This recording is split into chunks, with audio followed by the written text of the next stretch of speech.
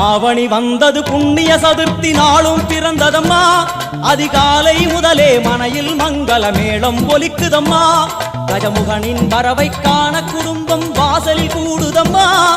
கோலம் இட்டொரு மனை மேல் வந்தான் ஆரத்தியாகுதம்மா கணபதி ராஜா